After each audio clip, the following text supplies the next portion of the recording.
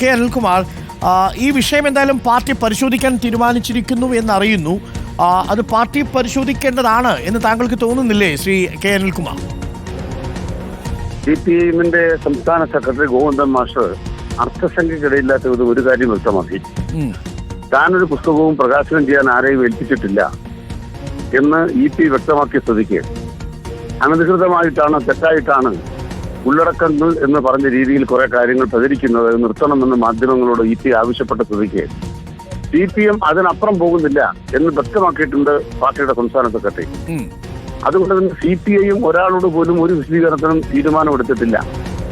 എടുക്കാത്ത തീരുമാനം ഉണ്ട് എന്ന് വാർത്ത കൊടുക്കുന്നത് തെരഞ്ഞെടുപ്പുമായി ബന്ധപ്പെട്ട് മാധ്യമങ്ങൾ ഒരു നീതിയുമില്ലാതെ CPMനോട്, EP ജയരാജനോട്, പാർട്ടിയോട് ചെയ്തിട്ടുള്ള ഒരു കടുംകൈ. അതായത് ഈ വിഷയം പാർട്ടി അന്വേഷിക്കുന്നില്ല എന്നാണ് അങ്ങ് പറയുന്നത്. അന്വേഷിക്കാൻ തീരുമാനിച്ചിട്ടില്ല. പാർട്ടി അന്വേഷിക്കേണ്ടതായ ഒരു വിഷയവും ഇക്കാര്യത്തിൽ ഇല്ല എന്ന് ബഹുമാനപ്പെട്ട പാർട്ടി സംസ്ഥാന സെക്രട്ടറി വ്യക്തമാക്കി കഴിഞ്ഞതാണ്.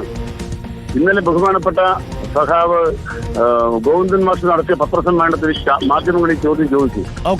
അദ്ദേഹം അർത്ഥസംഖ്യക്കിടയില്ലാത്ത വിധം പറഞ്ഞു, സഖാവ് EP പറഞ്ഞിടത്താണ് ഞങ്ങൾ നിൽക്കുന്നത്. അത്തരം ഒരു പുസ്തകം പ്രസിദ്ധീകരിക്കാൻ ആരെയും ചുമതലപ്പെടുത്തിയിട്ടില്ല എന്ന് അദ്ദേഹം പറഞ്ഞാൽ അതിനപ്പുറത്തൊരു പരിശോധന CPMന് ആവശ്യമില്ല. ഒരു പരിശോധന തീരുമാനിച്ചിട്ടില്ല. ഇപ്പോൾ വന്ന വാർത്തകൾ സത്യമല്ല. അതായത് കണ്ണൂരിലെ ദേശാഭിമാനിയുടെ ചീഫ് രഘുനാഥിനോട് അങ്ങനെ വിശദീകരണം ചോദിക്കാൻ പാർട്ടി തീരുമാനിച്ചിട്ടില്ല. അങ്ങനല്ല. ഈ CPMന്റെ ഘടകം എന്ന് പറയുന്ന യോഗം ചേരേണ്ടതുണ്ട്.